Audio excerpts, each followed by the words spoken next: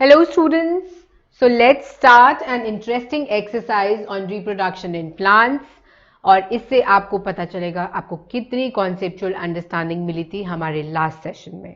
So let's start the exercise. It starts with short answer questions जहाँ पे आपको बहुत ही briefly answer करना है, one word, one sentence as required by the question, but they all come in 1 mark question. So what is the process of producing new individuals from their parents called? ये chapter का basic crunch है. What is this process called? This process is called reproduction.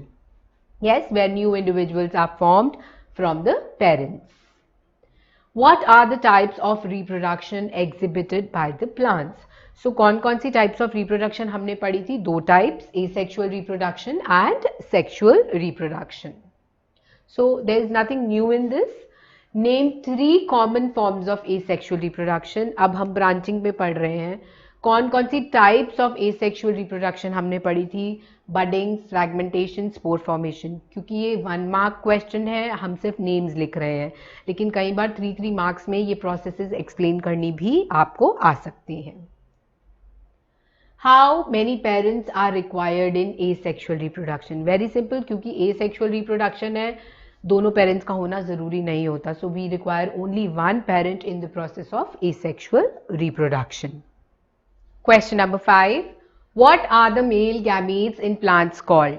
So what are the answer? The answer is anther. और ये आपको तब ध्यान में आएगा जब आपको याद आएगा कि हमने फ्लावर का पूरा डाइसेक्टिव स्ट्रक्चर जो था उसको पढ़ा था, जहां पे आपको मेल और फीमेल गैमीट्स के बारे में बताया गया था. Question number 6. How are the seeds of cotton plants scattered? Cotton plant है और आपने देखा है कि कॉटन प्लांट्स बहुत लाइट वेट होते हैं, उनकी सीड्स जो होते हैं उस पर बहुत सारे हेयर्स होते हैं, तो वो हिंट देते हैं कि अगर ये सारी प्रॉपर्टीज हैं तो विंड जो है उसको इजीली ब्लो करके डिस्पर्सल में हेल्प करेगी. सो कॉटन प्लांट्स जो हैं they are scattered with the help of wind. How are the fruits of plants scattered? Very simple, very logical. Plants के जो seeds हैं wind से भी scattered हो सकते हैं, animal से भी scattered हो सकते हैं, क्योंकि अगर wind से होंगे तो वो एक जगह से दूसरी जगह पे carried away हो जाएंगे. Animals उनको खा के consume करते हैं और जहाँ पे भी वो जाएंगे या तो उनकी बॉडी से स्टिक हो जाएंगे, और अगर उन्होंने उसको कंज्यूम कर लिया है तो मे बी जो उनका एक्सक्रीशन होगा उसमें वो जहाँ पे भी एक्सक्रीट करेंगे वहाँ पे वो सीड जो है वो सो हो जाएगा.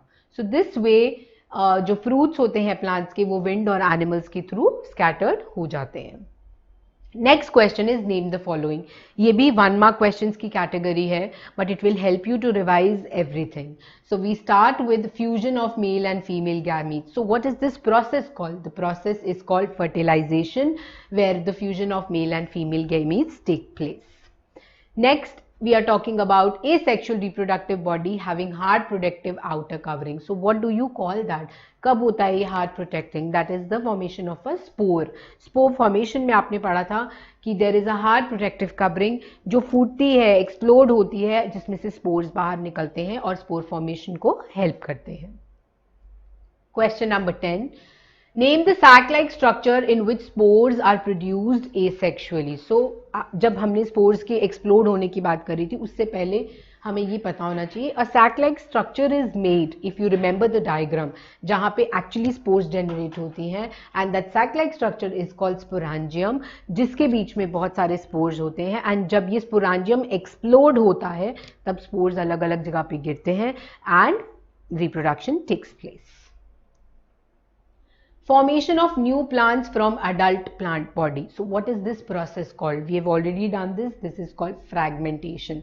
Because adult plant body के fragment से नया plant generate हो रहा है, right? So fragmentation में बहुत important है कि जो भी आपकी parent plant body है उसके छोटे छोटे टुकड़े होंगे, fragments होंगे, जिसकी वजह से नया plant generate होगा. Transfer of pollen grains from anther to stigma. So what is this process called? Where the anthers are moving to stigma and the process is called pollination. Fertilization के लिए pollination का होना बहुत बहुत ज़रूरी है, क्योंकि anther stigma से male part female part में इस process के through ही move करता है. Question number 13. Formation of new cell और organism as a small bud like growth. So आपको हिंट यहीं से मिल रहा है जब वो आपको स्मॉल बड लाइक ग्रोथ बता रहे हैं, क्योंकि वो सिर्फ और सिर्फ बडिंग प्रोसेस में होता है. Okay, question number 14. A shoot forming plant. Shoot is the structure which develops above the ground. So ये कौन से पार्ट में होता है? जो शूट फॉर्मिंग स्ट्रक्चर है उसको हम हमेशा प्लूम्यूल से रिप्रेजेंट करते हैं, और below the ground is the root forming structure which is called the radicle. A root forming part, शायद मैं इस बारे में आपसे पहले ही डिस्कस कर चुकी हूँ. So shoot is always above the ground, root is always below the ground. So यहाँ पे जो रूट फॉर्मिंग होगा वो होगा हमारा रेडिकल. शूट फॉर्मिंग जैसा आपने पिछले क्वेश्चन में पढ़ा इज ऑलवेज द प्लूम्यूल. तो प्लूम्यूल क्या बनता है? शूट सिस्टम बन जाता है, और जो रेडिकल होता है वो रूट सिस्टम बन जाता है. A reproductive cell. So very simple, you have to just name a reproductive cell. It can be yeast because it's a single cell. So yeast जो है वो आपका reproductive cell है. That's it. Amoeba reproduces by this asexual method of reproduction. क्योंकि हमने जब asexual reproduction discuss किया था तो हमने बहुत सारे methods डिस्कस किए थे. तो यहाँ पे क्वेश्चन ये है, amoeba reproduces by which method? So amoeba is actually reproducing by the method of budding, where you have seen किस तरह से pseudopodia food को engulf करता है. और क्योंकि amoeba का जो structure है that is not regular. A part of pistil.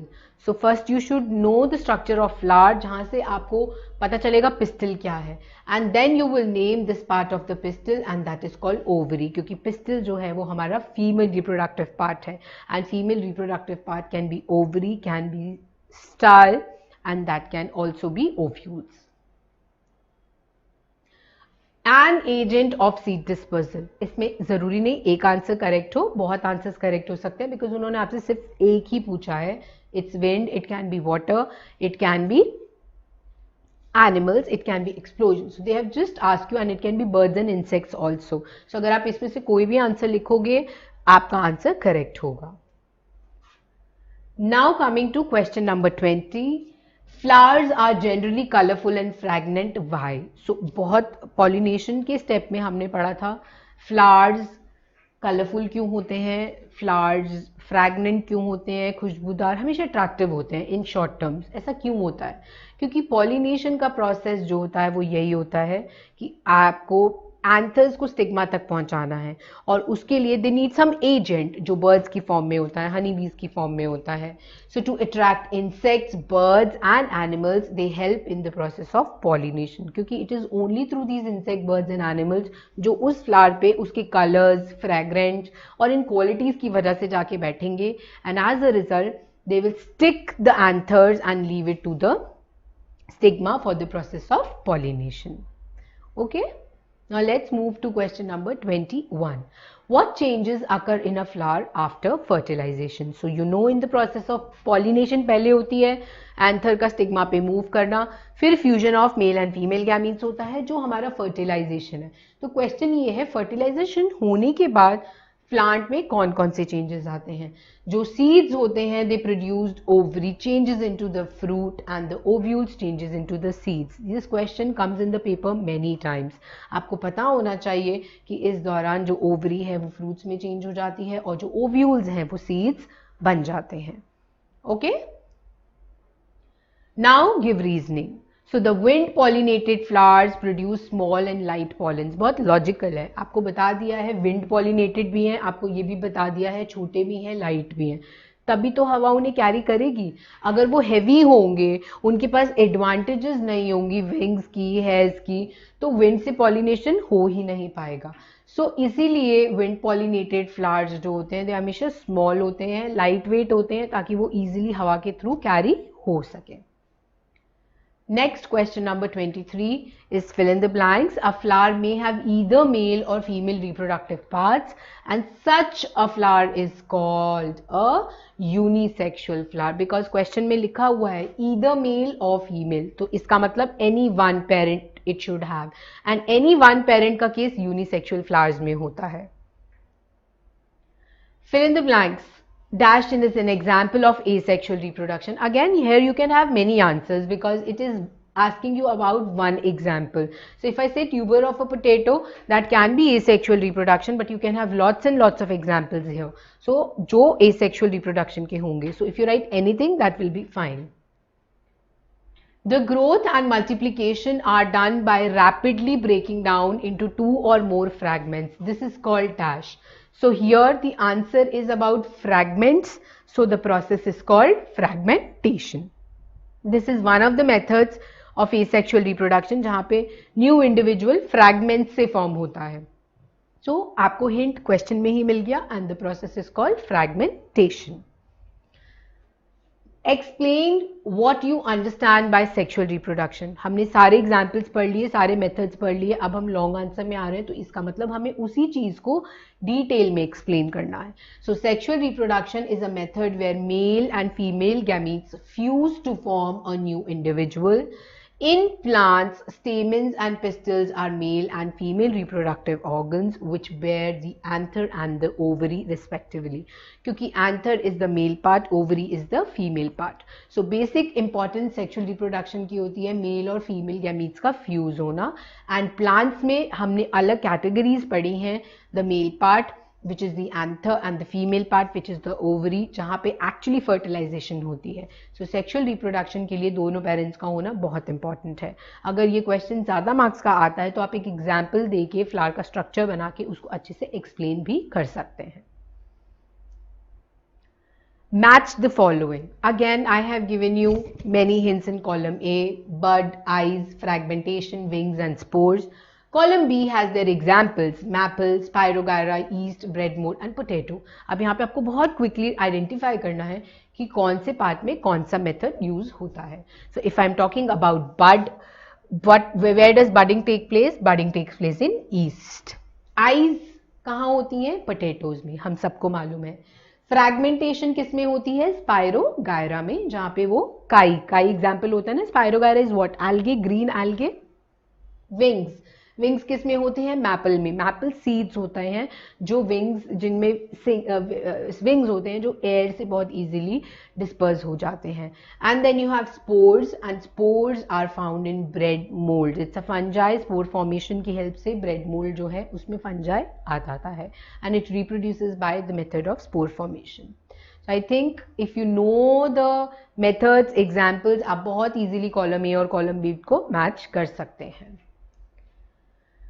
Find the correct answer. Again we move to one word questions. This is the MCQ. So the reproductive part of plant is the dash. So which is the reproductive part? It's the flower. बहुत ही general question है ये.